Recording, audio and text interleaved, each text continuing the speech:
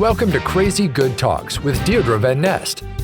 In this podcast, we help growth-oriented financial advisors, leaders, sales professionals, and experts stand out and own the room every time they speak.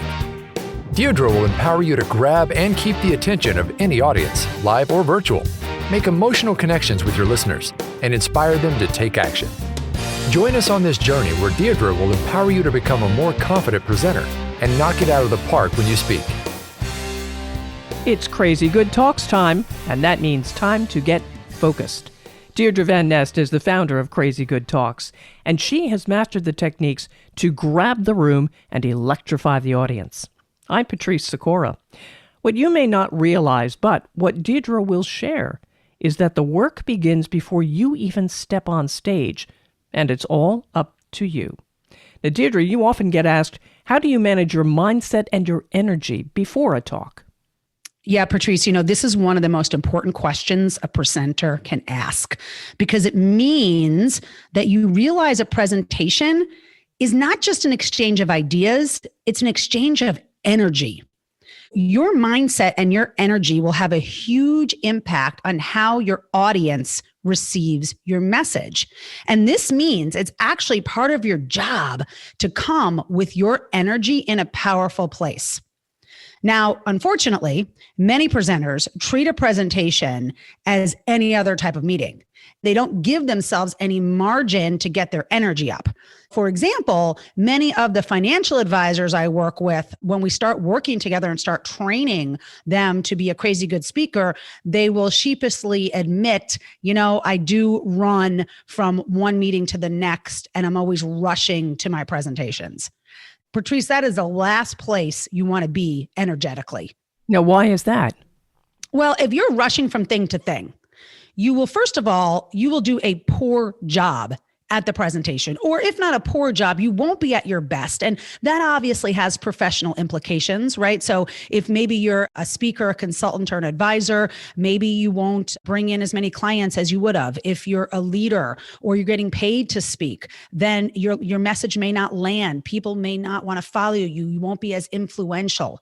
But even more than that, you are cheating your audience. So here's the way I think about this, Patrice, is people only have so many hours in a day, right? I mean, time, and I know it's a cliche, but it's true. Time is the only thing you can never get back. Mm-hmm. Knowing that and knowing how much people have on their plates today, I believe, and I hope you as my listener will integrate this into your belief system too, is that it's a privilege and a responsibility to present. When someone gives you their time, that's a huge deal, and you never want to waste it. That's time that they could be spending doing other things. They could be with their family. They could be exercising. They could be working on other projects. They could be doing any number of things. So please don't waste it, because they can never get that time back. And as the presenter, you have to plan your time, because otherwise you won't have enough time, I would think, to get yourself together. Absolutely. Absolutely. You have to give yourself that space before a presentation in order to bring your energy up. All right. So what are some of the strategies that you use to get your energy up and to keep it there? What I recommend that my private clients do and my podcast listeners do, and what I do, is I create what's called an EPP. That stands for Energy Protection Plan. And it's important to realize that one of your jobs as a presenter, is to protect your energy. Let me give you a rundown of some of the things that I've incorporated into my plan. You can take all of these. You can take none of these. You can add your own things. This is very personal, but this will at least get you started. So the first thing you want to do, it doesn't matter if your presentation is at 8 a.m. or 8 p.m. You want to start your day the right way. You want to start your day as powerfully as possible. Get a good night's sleep before. Wake up and have a good breakfast. For me, I like to spend time with God in the morning, and I also like to meditate and do some stretching. The next thing you want to do is at least an hour. So I give myself an hour. Maybe you need longer. Some days I have needed longer, but at least an hour before your presentation, turn off all media. So that means your phone is off. You're not taking phone calls. You're not getting text messages. You're not on social media. You're not getting emails. You're not watching the news. Nothing. Patrice, any ideas on why I'm suggesting this? I don't know, but it sounds like it'd be awfully hard. Well, it's not hard once you realize the payoff. So the reason I'm suggesting this is, well, let's take you for an example. Have you ever been, you're having a great day, things are going well, then you open your email or you get a text message that is something you really don't want to hear, and it just tanks your mood? Yeah. That's happened to everybody. What if that happens 5 minutes before you're about to deliver a presentation? You don't have the time to get yourself back together. Yeah, it's so unfair to your audience. I mean, again, not only are you not going to do the best job possible, but it's just so unfair to your audience. You don't want to be taking in anything that could just disturb your powerful, energetic space, if you will. This is why I call it an energy protection plan. By cutting yourself off from the outside world, you are protecting your energy so it is as high and as powerful as possible for your presentation. Does that make sense? It does. And you say at least an hour before. If you get used to this, can you do it in less time? I would not. Absolutely not. No, I think you're flirting with disaster there. Mm-hmm. All right. I'll just give you two examples. So I'm pretty militant about this. And a couple of years ago, I was at a presentation and it was 15 minutes before I was going to go on. I had a friend there who was helping me. I don't remember what she was helping with. She was kind of helping me set up or work in the back of the room or something like that for me. And I didn't tell her about my energy protection plan. So it's important that the people in your life know about this. For example, my husband and my kids know, anyone who needs to know knows they can't reach me. I tell them everything's cut off. But if you're with someone who's helping you, you need to let them know too, which I failed to do. And it was the day that Prince died. 15 minutes before I go on, she looks at social media and she's like, "Oh my gosh, Prince died." Oh. Yeah. And it's not like, I live in Minneapolis, so that's a big deal. And it's not like it's like saying someone in your family died, but that was upsetting. I like Prince. I like human beings. I don't want to hear that someone died. I was able to get there, but it was challenging. And I thought, I so did not need to hear that 15 minutes before I go on. Right. I mean, he's going to be dead when you're done with your presentation too, so you could have learned it then. Well, exactly. And this is where willpower comes in. So just a couple of weeks ago, I went for an annual exam and I get a call back from the doctor, Patrice. Oh. I see the message there. And this is before I'm about to do a virtual presentation. And I had to resist the urge to call them back. But aren't you thinking about it then through the entire presentation? No, I think I would have been thinking about it more had I called back at that time. I just had to discipline myself, put it out of my mind. And at that moment, I really have to put the needs of the audience above my own needs and the respect I have for my audience's time above my own desire to have that piece of information, which if it's bad news, you know what? It's still going to be bad news in an hour, like you said. Mm-hmm. Okay. How about music? Does that play any role in this? Oh yeah, absolutely. So that's my second. So one is start the day right. Two is cut yourself off from the world at least an hour before. Three, for me, I listen to empowering music. That's going to be different for everybody, whatever empowers you. And I listen to this really cool spoken word video, if you will. I mean, you can listen to it audio, you can watch the video, but it's called The Journey. Patrice, is that something that we could link to in the show notes? Sure, we could definitely do that. The Journey. Okay. Yeah, my clients love this. It really gets you pumped up. It really gets you motivated. I make sure I listen to that. The fourth thing that I do, and again, this is personal to me, is I recite scripture verses that empower me. You could also do affirmations. I have many clients that recite affirmations to themselves. The fifth thing that I do is I have a very specific prayer that I pray. And I'm going to share this because whenever I share this, people are like, "Oh my gosh, I love that." And they feel like it just takes a lot of pressure off.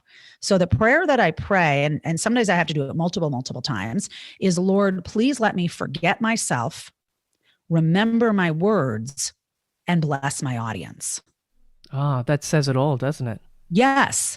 So forget myself. And what that means is let me not be overly concerned with me and how I look and what people are thinking. Let me forget myself. Let me remember my words. And then finally, and this is the biggest thing that I want to do, I want to bless my audience with my content and with my presence. Mm-hmm. Okay.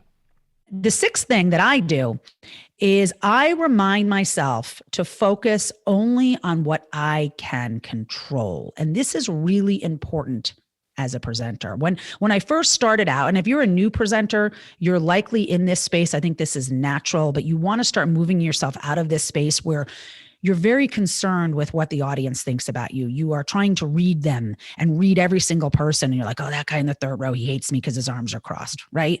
Oh, that woman's scowling or whatever. And so you have all this chatter on what people are thinking, which makes it really hard to show up and be your best. I quickly learned that there was really only a couple of things that I can control as a presenter. The first thing I can control, and the first thing you can control, and this comes way before you take the stage, is knowing your stuff. Right. Knowing your stuff, right? And this is why this is why I'm not just a keynoter and trainer. I actually wanted to teach other people how to be really powerful, crazy good speakers. And this is why I created my program, the Crazy Good Talks Blueprint, so I could teach presenters how to know their stuff, how to structure their presentations in a way that's really going to grab people and keep people's attention, and then how to deliver and how to practice. Well, think of the confidence that gives you when you feel full and complete in what you're doing. Exactly. So practice, write out your talks, structure them, and know how to do this, know your stuff. So you can control that in the beginning. And then really the only other thing that I can control, or you can control as a presenter that day, is how you show up. And you get to decide how you're going to show up. The way that I want to show up as a presenter is I want to be myself and I want to speak passionately. Mm-hmm. And that's it. That's all you can control. And I'll never forget this one time. This was years ago when I first started out as a speaking coach, and I was coaching. This was a very accomplished speaker. He was an international speaker, had some books, very well respected. And I met him at a presentation because he asked me to come and critique him. He was thrown off, Patrice, because nothing was set up the way it was supposed to be set up. He had his pre-conference call. They told him how the room was going to be set up, the people, the whole thing. He gets there, nothing's like that. And that can throw a speaker off. So he's very thrown off. The way that I talked him off the ledge was, first of all, reminding him that he knew his stuff. And then just saying, hey, listen, right now, you can't control any of this, how they set this up. And it's not optimal. It was not a great setup. But what you can control is how you show up for your audience. And you can control being yourself and being passionate. He was able to come off the ledge. He was able to focus on that rather than, oh my gosh, the room is horrible and this is this, and all these issues. And he was able to knock it out of the park. But afterwards, he said it was only because he got into that right mindset of focusing on what he could control. All right. I'm sure that hearing that story, he was probably nervous, and you can't really do your best when you are nervous. No, it's hard. But you know what? Nerves are just part of the deal. But if you protect your energy and you go through all these steps, a lot of times the nerves will come down. And again, if you know how to structure your talks well, the nerves also come down. A couple of other ideas for combating the nerves is exercising, right? Like exercising that day, that morning, and then also breathing exercises. I just learned, you might know this, Patrice, maybe my listeners already know this, but I think it's called like square breathing. Have you heard of this before? Yes. Right. Yes. So breathe in, hold, breathe out, hold. Yeah. So you breathe in for 4, right? And then you hold for 4, you breathe out for 4, and then you kind of pause for 4. And so it's like a square. I practiced that with a group of presenters when I was leading a coaching call last month, and we all rated ourselves on sort of how amped up we felt before we did it. And then we rated ourselves after on a scale of 1 to 10, and everybody came down. Yeah. The other thing, where else I practiced this? So one of the things that I did over, the holiday break here was I went skydiving. Oh my gosh, you did? Yes. It was so cool. Oh my gosh. It was like some of the best 5 minutes of my entire life. Wow. I was not scared at all when we got to the point of jumping out. And I think part of the reason why was on the plane ride up, I did that 4 square breathing the entire way. All right. And I literally got to the edge of the plane. My feet are dangling. I'm looking down. My guide is like, give me the thumbs up. You're ready to go. And I'm like, ready. And we jumped. And that could have been absolutely terrifying. And the only thing I could think is that breathing really helped me. It would have been terrifying for me, breathing or no. You might surprise yourself. I thought it was going to be terrifying as well. But the breathing is so important. You're absolutely right. And especially with nerves and with just getting yourself in the space. Yes. Yes. All right. Now, these were for physical presentations, which maybe someday they will all come back again. What about virtual presentations? Oh, these are the same for virtual. I do this for virtual also. And what I have to say is that I think these might even be more essential and more important to do before a virtual presentation because you may not have any audience energy. You might be delivering a webinar where you can't see anyone, where I'm delivering one this week where they can't even chat back with me, Patrice. Like there can't be any interaction. You have to tune into your energy and have your energy so powerful that not only can the audience feed off of you, but you can feed off of you. Does that make sense? Yes, it does. It does. But that's hard. Yeah. And it can be really easy to ignore this step in a virtual presentation because after all, you're just sitting in your office, right? I mean, it's just the same as any old meeting. No. And how do I know that? Because I've made this mistake about mid last year. After doing dozens and dozens of virtual presentations, I'll be honest, I started getting lazy. I started forgetting about my energy protection plan and I started treating them like any other meeting. And after doing that a few times, I was like, something's off. I'm not feeling great about my energy and what I'm bringing to the table. I don't know if the audience noticed. I don't think they likely did. I mean, I didn't get any bad comments, but I could feel it. I realized it was because I had let my EPP go. Now, I had to rein myself in and remind myself to follow the EPP because it's just as important, if not more important, for virtual presentations. And you are your best critic. I mean, when things have not gone well. Yeah, I know when I'm not, at this point in my career, I know when I haven't delivered my best. And it doesn't matter to me if my audience thinks it was the best thing they ever heard. If I know I could have given them better, I'm not satisfied with the presentation. Right. Now, these are some really great strategies to come to a presentation with powerful energy. But when you're doing a virtual presentation, as you say, you're getting no real audience feedback. How do you keep that energy up when you can't see anyone? Right. Absolutely. So obviously the first thing is to, do what we just said with the energy protection plan. If you can interact with your audience via chat or via polls, or the Q&A box, I highly recommend you do that. That really gets my energy going. But a couple of other things that you can do, and I know this might sound silly, but it works, is you could take a picture of someone that you really like an ideal client, someone you've worked with that you just adore, print out a picture of them, cut out their head and put it on a popsicle stick and stick it right behind the webcam. There are a couple people I'd like to do that too. And maybe some you wouldn't. Put it there and look at them so that you're actually looking at another human being. That is what's really important. Human beings like looking at faces and like looking at other human beings. Mm-hmm. So you can do that. The other thing I'd recommend a client of mine do this. He was doing a presentation for his company and he was allowed to go into the corporate office. He was going to be in their auditorium on the stage. And then he had a team there that was going to record him and they were going to send him out. They were going to live stream him, right? Remotely. So he asked that question, like, how do I keep my energy up? And I said, if it's possible for your company to get cardboard cutouts of people and actually put them in the audience, that could be really helpful for you. Our sports teams did it this year. That's right. They did. You're absolutely right. It really makes a difference. So be creative on how you can actually have people, quote unquote, in the room with you. All right. Now, you promise actionable takeaways in this podcast. Yes. You've given us so many thoughts here, but what is the action step you want to offer for this episode? Okay, so what I'd really like you to do, if you're serious about becoming a crazy good speaker and giving crazy good talks, and whether you're speaking for a minute, an hour, a day, I hope that that's what you want for yourself. Then I want to suggest that you create your own energy protection plan. You need to do this in advance.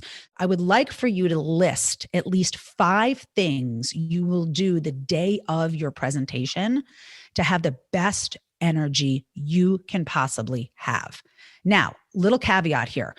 Notice I've been using the word powerful energy, and I just said the best energy you can possibly have.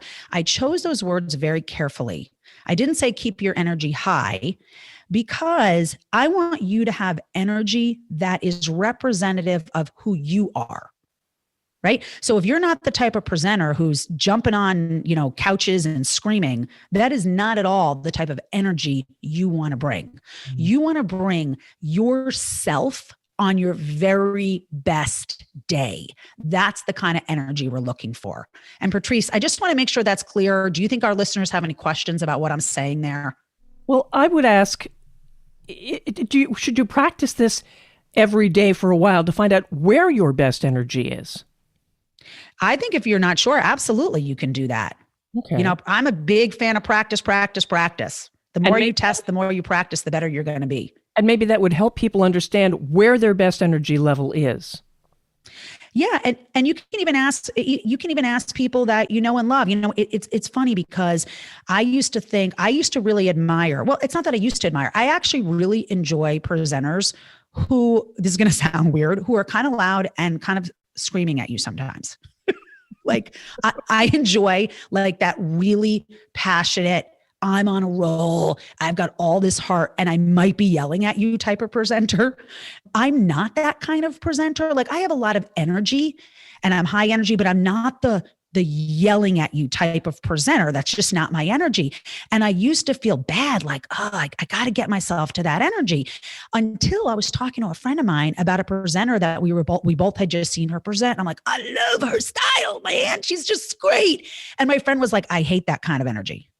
Whoa. And I was like, what? Yeah. She's like, no, I like someone who's, who has energy, but it's just a little more toned down, not so hyped up. And I was like, oh, wow. I just assumed everybody liked the kind of high energy presenter that I liked. And that gave me a lot of permission to be myself. Your ideal listeners and audience are going to be attracted to your energy. So if you're more of a low key person, you don't want to be monotone, right? And you want to have facial inflections and vocal variety, but you don't need to be jumping off the couch or even being as animated as I am. So you can be intense, but not maniacal. Exactly. Here's what I'd like to offer. I actually have a video series called Crazy Good Talks TV, and season 1, episode 11, there is an episode on creating the energy protection plan. And there's also a bonus download of a template to help you create your plan.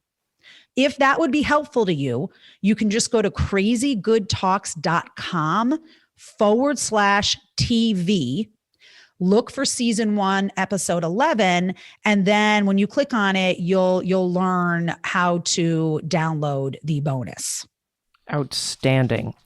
Now, Deirdre, where are you on social media and how can listeners reach you?